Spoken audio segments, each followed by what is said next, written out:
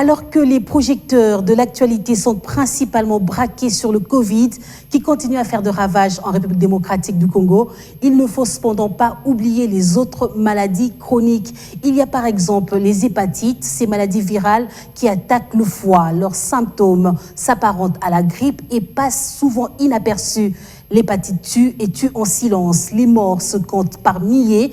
Des personnes dans le monde, pourtant dépistées à temps, on peut en guérir. Hépatite chronique et Covid-19, convergence parallèle. On en parle dans ce check-up juste après ce reportage.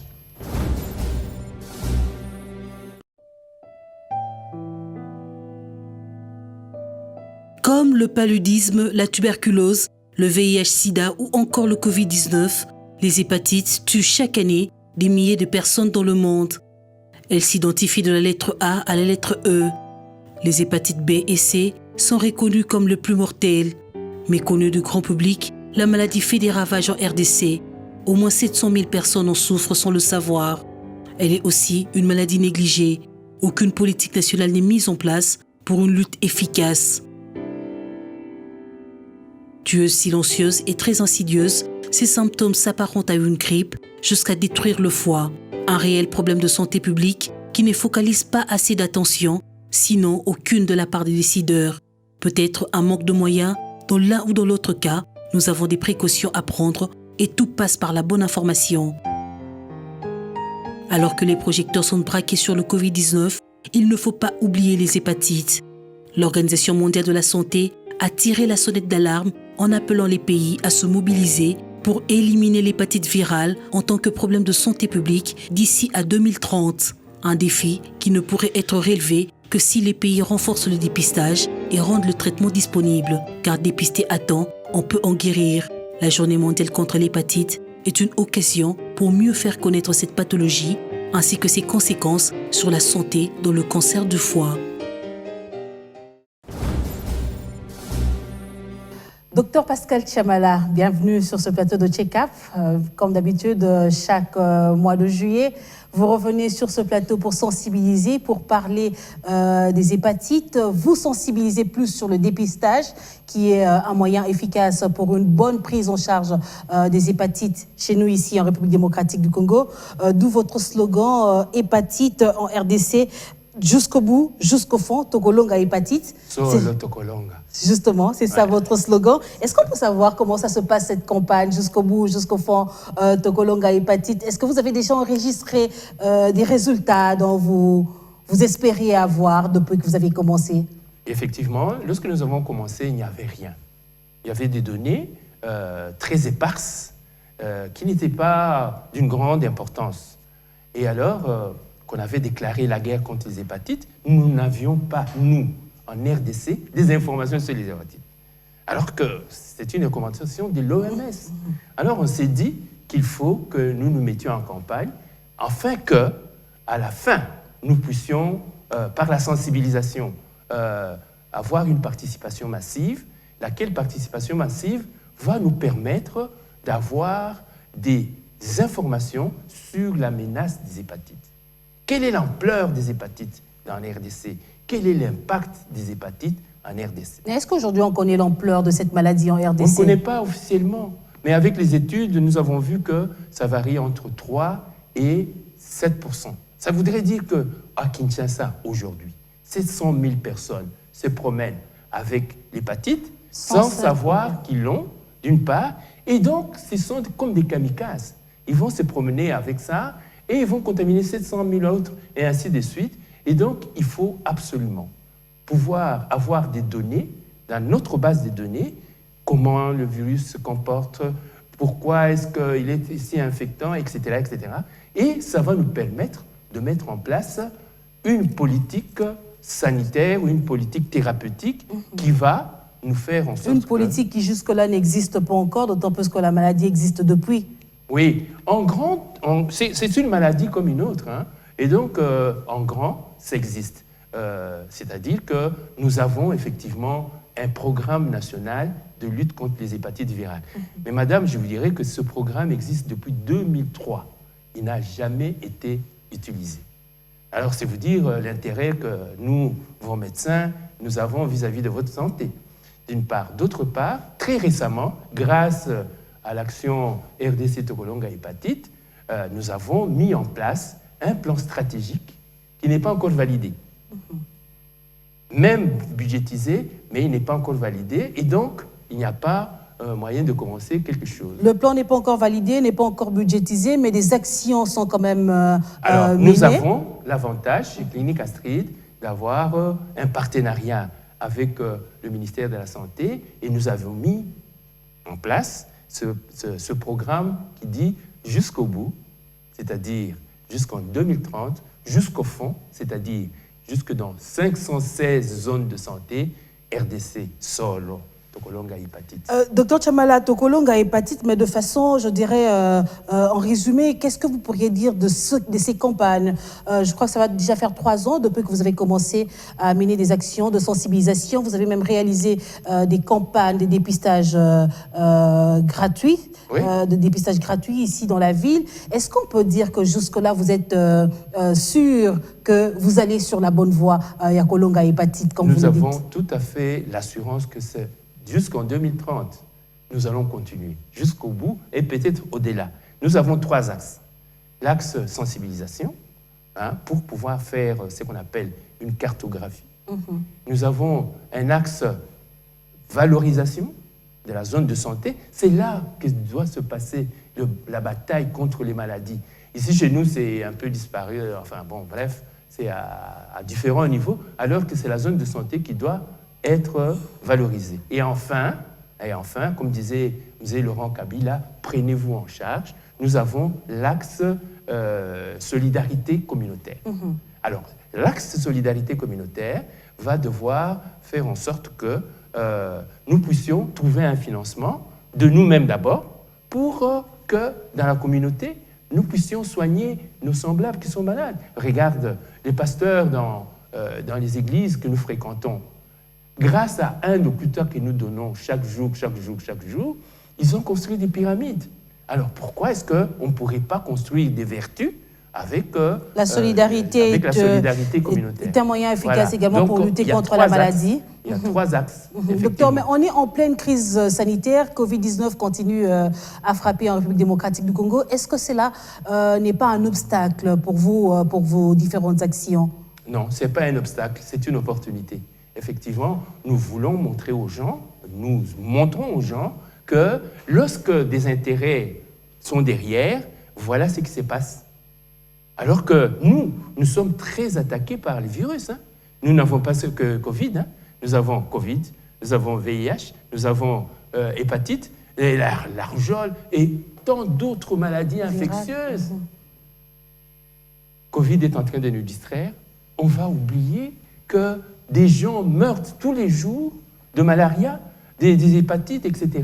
Non, c'est une opportunité pour nous pour pouvoir établir ce que j'appelle une convergence. Une convergence entre la lutte contre le Covid et la lutte contre les autres maladies virales qui nous ont attaqués. Nous avons vu comment est-ce que le professeur Muyembe est parvenu à réduire en miettes Ebola. Et donc, nous sommes capables, nous avons la potentialité ici dans notre pays de ne pas faire du copier-coller comme nous sommes en train de faire. Avant de continuer à parler de cette similitude, de cette convergence qu'il y a entre hépatite et Covid-19, docteur, j'aimerais revenir justement à ce problème, les hépatites. Est-ce qu'on peut savoir concrètement, encore une fois sur ce plateau, comment elle survient, quelles sont les causes? Vous dites qu'il y a de nombreuses personnes qui circulent avec leur maladie sans pour autant en être conscientes, mais comment elle survient? Eh bien, elle survient en plusieurs phases. Il y a la phase de contamination, la phase d'incubation, la phase d'état et la phase de complication. Alors, vous allez être contaminé par le contact intime que vous pouvez avoir avec le sang d'une personne contaminée. Donc, le bébé qui naît peut le faire, l'infirmier qui soigne peut le faire, le papa qui reste avec la maman peuvent l'attraper. Le pédicure qui vient vous faire les choses peut vous transmettre la maladie. Bref, une fois que vous êtes en contact avec Du un sang objet infecté, hein. tranchant, vous pouvez être infecté. Alors, il va se passer la première période d'installation, d'incubation, vous ne sentez rien. Et puis, vient maintenant les signes. C'est quoi? C'est de la fièvre. Comme la grippe. C'est un syndrome grippal, effectivement. Vous dites que c'est la fièvre, et puis, bon, voilà, pendant 10... comme la Covid, hein. Donc, ça vient, la fièvre, et puis, 10 jours plus tard, vous devenez jaune. Vous devenez jaune, la fièvre tombe. Maintenant, le signe qui fait dire que toute jaunisse, c'est une hépatite, hein, les signes apparaissent.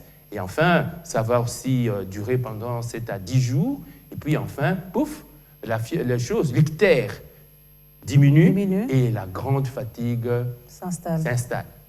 Alors, ça, c'est la phase aiguë. Ça, c'est la phase aiguë. Mais ça peut passer dans 20% de cas, le virus est éliminé par votre corps. Mais dans 80% des cas, le virus entre dans la chronicité. Et là, c'est une phase silencieuse. Les hépatites sont des tueuses silencieuses. Vous ne sentez rien, vous ne voyez rien, etc., etc. Après plusieurs années, vous êtes surpris par un ventre dur, gonflé, les jambes qui gonflent. Vous avez une cirrhose. Quelque temps après, vous avez un cancer. Et vous mourrez alors que vous alliez entrer dans la vie active. Mais puisque vous avez attrapé ce virus-là déjà dans l'enfance, vous voilà victime à l'âge adulte et malade, quoi. Docteur, lorsque vous décrivez ce tableau, cela fait peur, mais est-ce que la population a conscience de l'existence même de cette maladie? Est-ce que la population, vous êtes clinicien, vous êtes médecin, est-ce que la population vient se faire dépister pour connaître son état? Spontanément, non.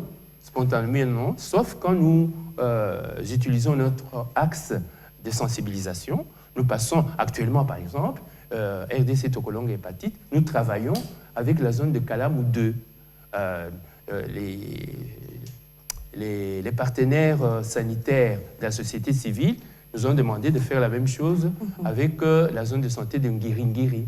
Et donc, nous allons à la base, nous leur fournissons des réactifs, on fait des campagnes gratuites et ça marche maintenant de cette façon-là. C'est ce que nous voulons pouvoir généraliser. Nous avons commencé avec cette zone de santé pour faire une expérimentation et que nous allons montrer le 28 juillet. Mais après, pour l'année prochaine, nous avons l'ambition d'entrer dans les 35 zones de santé de la ville-province de Kinshasa. Et enfin, l'année 2023, 2023, nous allons maintenant entrer dans les provinces, couper, coller le modèle quinois pour le 26 provinces. Le reproduire dans les autres provinces, voilà. et afin d'atteindre les 500 zones de santé Absolument, que compte la République démocratique du Congo.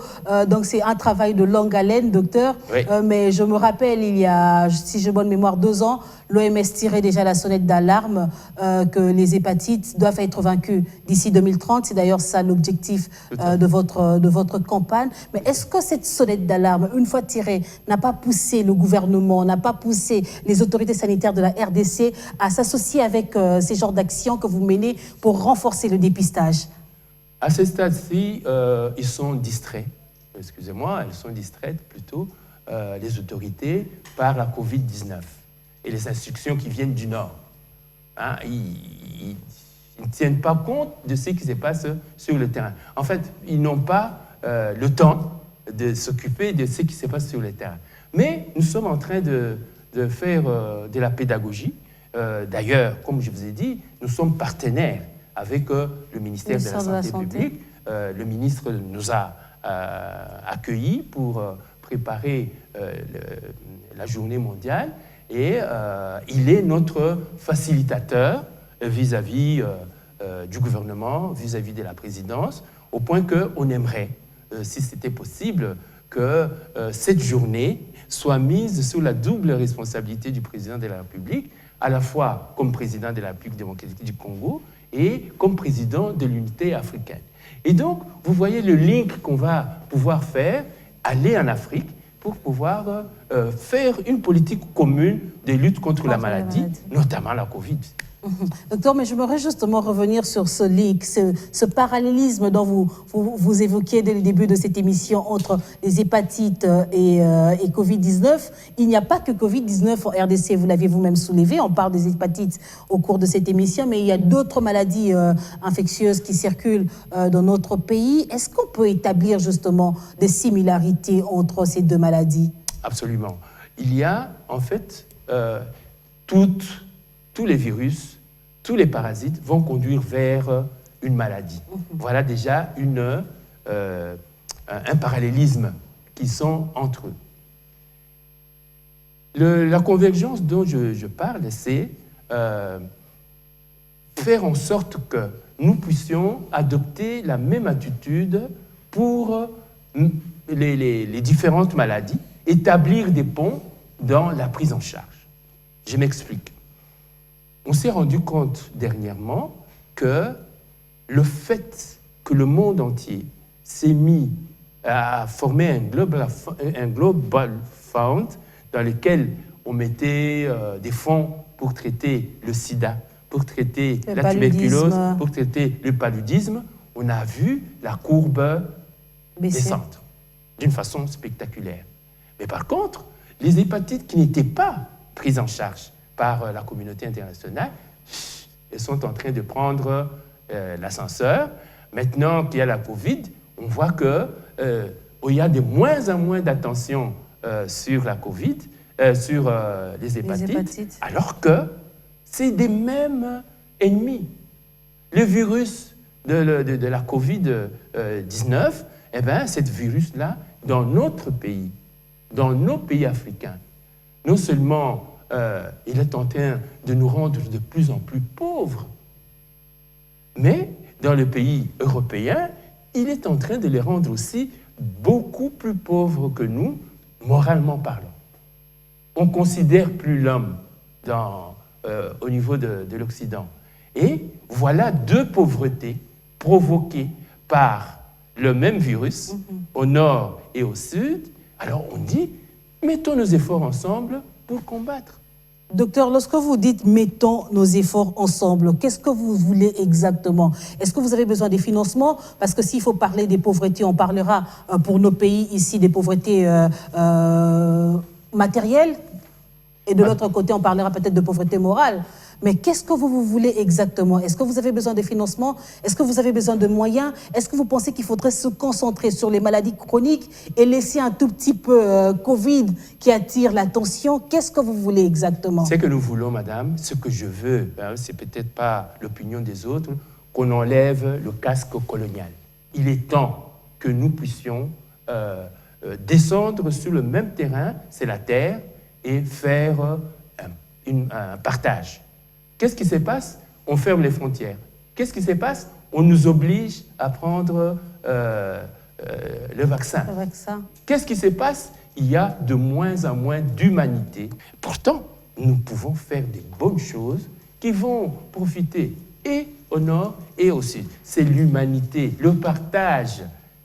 C'est ça qui n'existe plus, qui existe de moins en moins. On est de moins en moins hommes. Il y a moins en moins d'humanité. Aujourd'hui, docteur, Covid-19, on en parle et on en parlera peut-être encore. Les hépatites également, des maladies chroniques, on va continuer à en parler. Face à cette situation, quels sont les enjeux, quels sont les défis à relever? Les enjeux, mais nous avons vu. Vous avez entendu hier que le président français a presque obligé tout le monde. Pour ceux qui veulent se rendre sur le sol français. Et même les Français eux-mêmes, les professionnels soignants. Et pourquoi est-ce qu'il dit ça? Il justifie ça pour favoriser la croissance. Et donc, derrière toutes les mesures que l'Occident prend, il y a le profit. Le profit, malheureusement, aux dépens de l'Afrique. Et donc, nous devons quand même nous dire que, attention, nous devons nous prendre en charge et faire en sorte que nous puissions nous occuper, comme avait dit le vieux Kabila, nous devons nous prendre en charge. Se prendre en charge, est-ce qu'on doit dire que vous êtes contre la vaccination, vous êtes contre certaines mesures et toute cette communication qu'il y a autour du Covid-19 en RDC? Oui, je dois dire que je suis contre la communication qu'il y a tout autour. Parce qu'il y a des vérités qu'on ne dit pas. On a l'impression que derrière cet écran de choses, de bruit, etc., il y a quelque chose qui se passe, mais qu'on ne veut pas dire, mais qu'on peut deviner en regardant ce qui se passe sur le terrain. L'Afrique est de plus en plus pauvre, matériellement, madame. Alors que l'Europe est en train d'entrer dans une éthique de vie. Au Parlement français, encore une fois, on a voté, ou on est en train de voter des mesures d'éthique que je ne vais pas citer ici, parce que bon, ce n'était pas le sujet de notre conversation. Mais justement, moi, je veux revenir aux hépatites, oui. Toujours revenir sur cette question des enjeux et des défis par rapport à cette maladie dont vous aviez vous-même affirmé ici que c'est une maladie qui tue, et beaucoup de personnes ignorent leur état.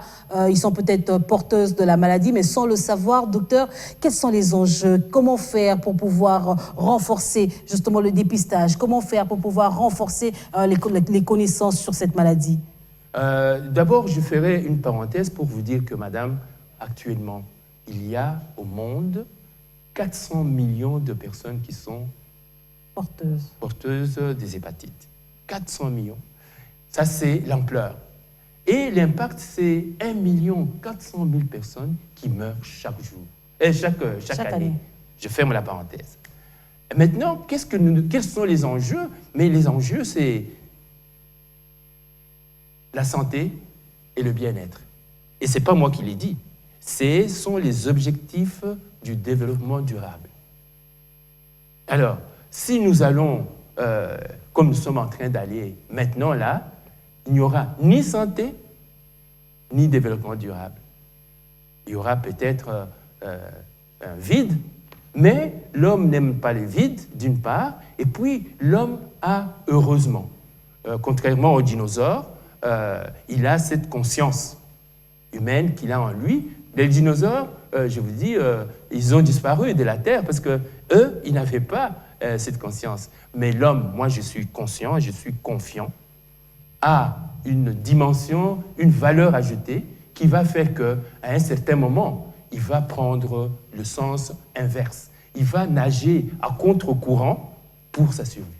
Aujourd'hui, on parle des hépatites A, B, C, D, E, jusqu'à même aux hépatites D. Est-ce qu'on peut savoir la dynamique ou la campagne RDC Tokologa hépatite s'attaque à quel genre, à quelle forme d'hépatite exactement? Effectivement, vous avez bien raison de dire qu'il y avait plusieurs sortes d'hépatites, mais les hépatites contre lesquelles nous luttons, ce sont les hépatites chroniques. Et il n'y en a que deux. C'est quoi, l'hépatite B et l'hépatite C.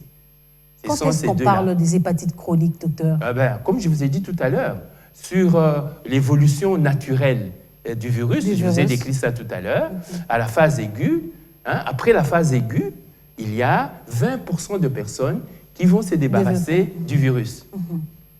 Mais 80% vont garder le virus en eux, et c'est ça va passer sous silence à la chronicité. J'aimerais revenir un peu en arrière, docteur. Lorsque les enfants naissent, les enfants reçoivent les vaccins contre l'hépatite. Est-ce que ce vaccin-là s'arrête à un moment? Il faudra encore prendre à un certain âge? Ou bien lorsque vous aviez reçu ce vaccin, c'est à vie? Le vaccin, quand vous l'avez... il y a plusieurs doses. Quand vous le prenez, c'est à vie. Enfin, pas à vie, parce que 5 ans plus tard, ça dépend de quel type de vaccin, on doit vous refaire une dose, et là, vous avez une immunité qui est beaucoup plus grande.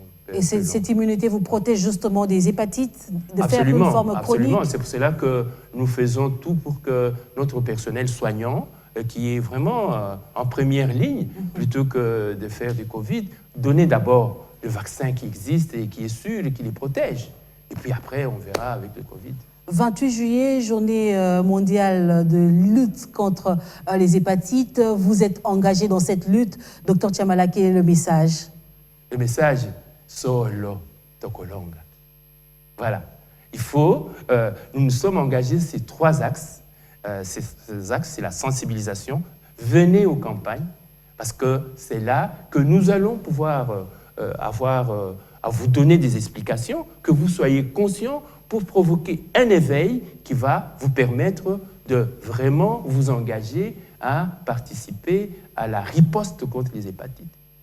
Venez parce que nous voulons que notre gouvernement puisse valoriser la zone de santé, parce que c'est là où on se bat contre les maladies. Ce n'est pas à la présidence, ce n'est pas à l'hôtel du gouvernement, c'est dans la zone de santé. Mais on a l'impression qu'après la célébration, on oublie un peu cette forte campagne. Est-ce que les actions continuent dans ces zones de santé ?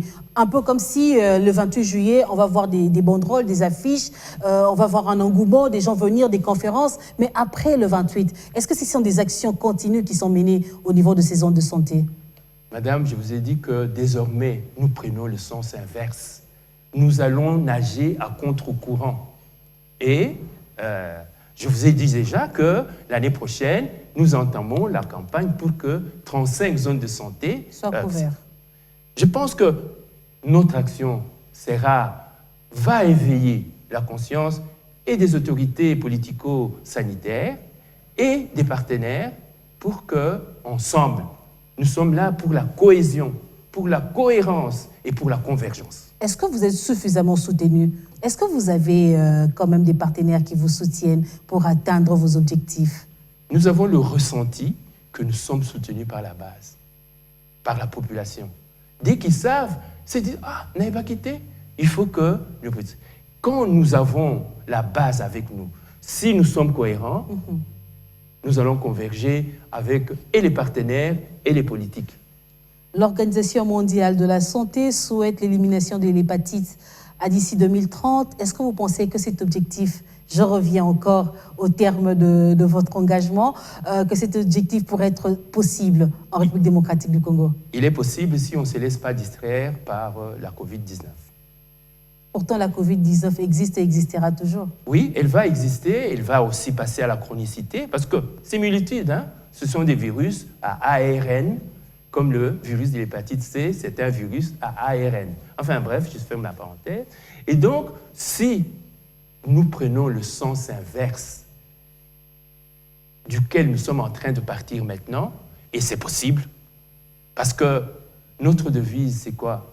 La paix. Nous sommes en train de rechercher la paix. Est-ce que vous avez l'impression que dans notre pays, en République démocratique du Congo, on a oublié les autres maladies, on se concentre plus à la Covid-19 ? En fait, madame, ce n'est pas éradiquer les hépatites, c'est éradiquer la menace des hépatites sur la santé de la population. Et il est possible de le faire. Maintenant, est-ce qu'on a l'impression qu'on s'occupe plus de la Covid-19 que les autres maladies? C'est l'impression que nous avons. En tout cas, que j'ai personnellement. Parce que malheureusement, les gens continuent à mourir de la tuberculose. Les gens continuent à mourir du paludisme. Et d'ailleurs, ça va avoir des problèmes. C'est que nous avons toujours de recevoir. Les gens, les donateurs, ils vont à un certain moment se dire, bon voilà, nous n'avons plus d'argent pour vous donner à continuer à soigner vos paludismes, etc., etc. Bien sûr, on nous jette la poudre aux yeux quand vous entendez dire, voilà, la Banque mondiale va donner, etc. Mais c'est pour acheter des vaccins. Ce n'est pas gratuit, c'est pour acheter des vaccins. Alors, on va encore nous rendre beaucoup plus pauvres, please. Mais le vaccin nous permet de prévenir la maladie. Ça, je ne sais pas, parce que j'entends dire que la phase 3, ou plutôt la troisième vague chez nous est en train de passer. Elle est passée comment? Avec des vaccins? On dira aussi grâce au vaccin, on dira aussi grâce au respect des gestes barrières. Peut-être. Moi, je ne sais pas, quand vous vous promenez à la cité, si les gens sont en train de respecter les gestes barrières.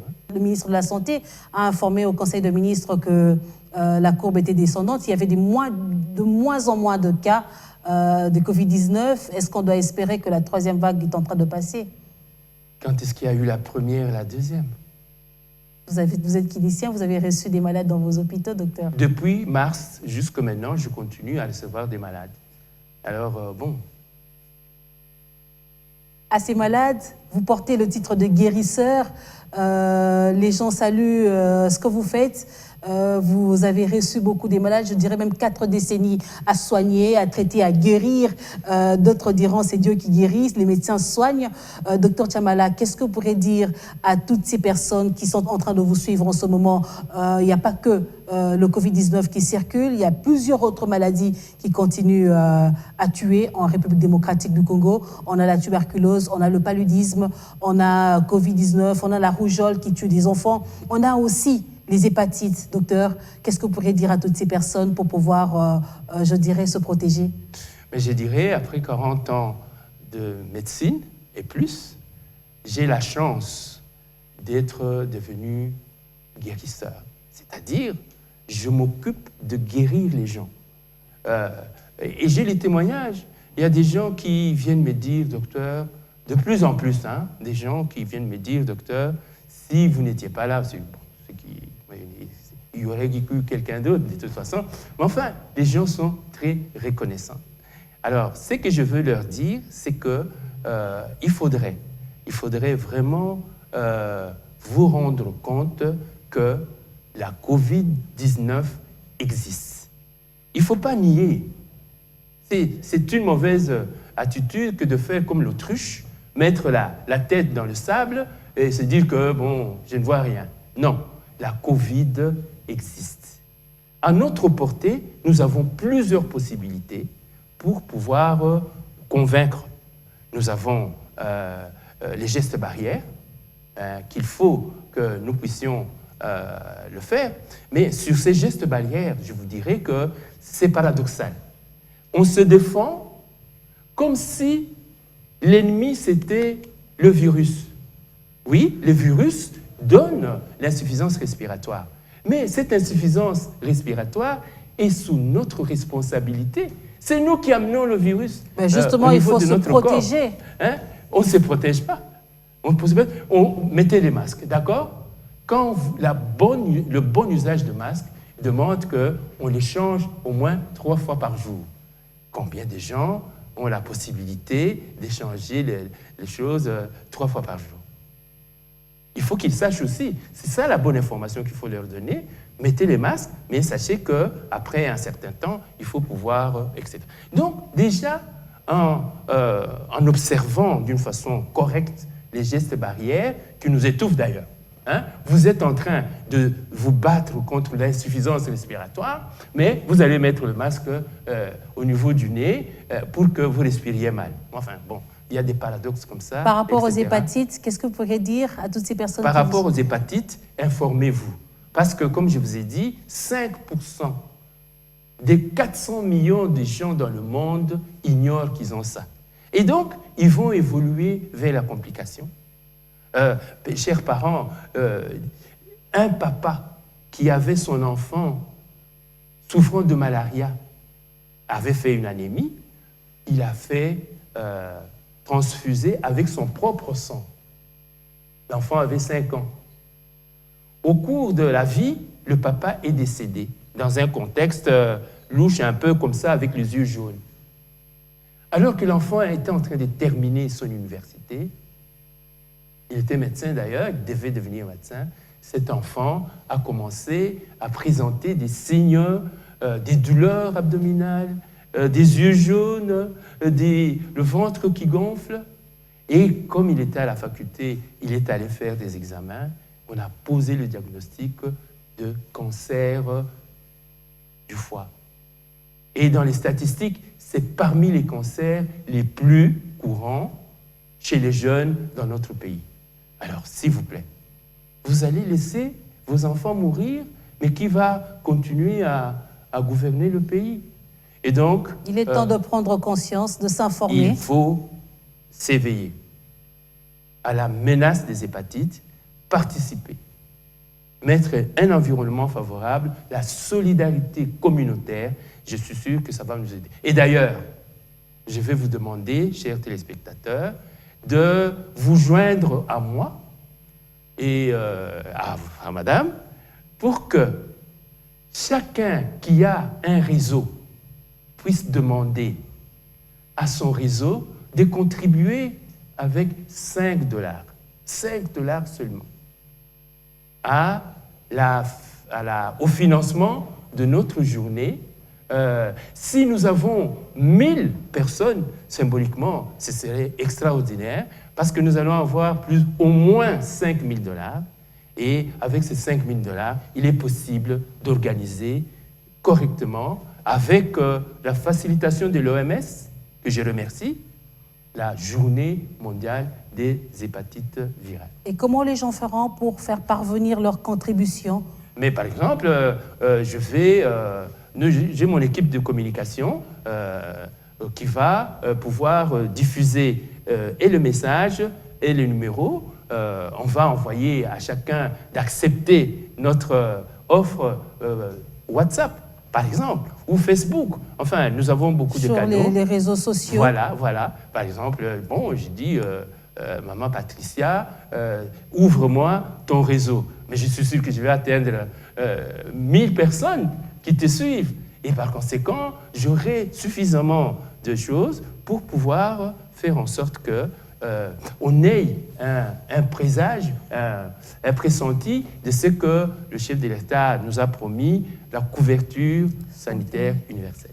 Nous espérons que nous allons y arriver à cette couverture santé universelle qui va permettre à notre population d'être sécurisée, de bénéficier de soins de santé de qualité et pourquoi pas d'être à l'abri des menaces des hépatites. Docteur Pascal Chiramala, merci beaucoup d'être venu encore une fois sur ce plateau pour sensibiliser sur la menace des hépatites dans notre pays, une menace qui est encore là.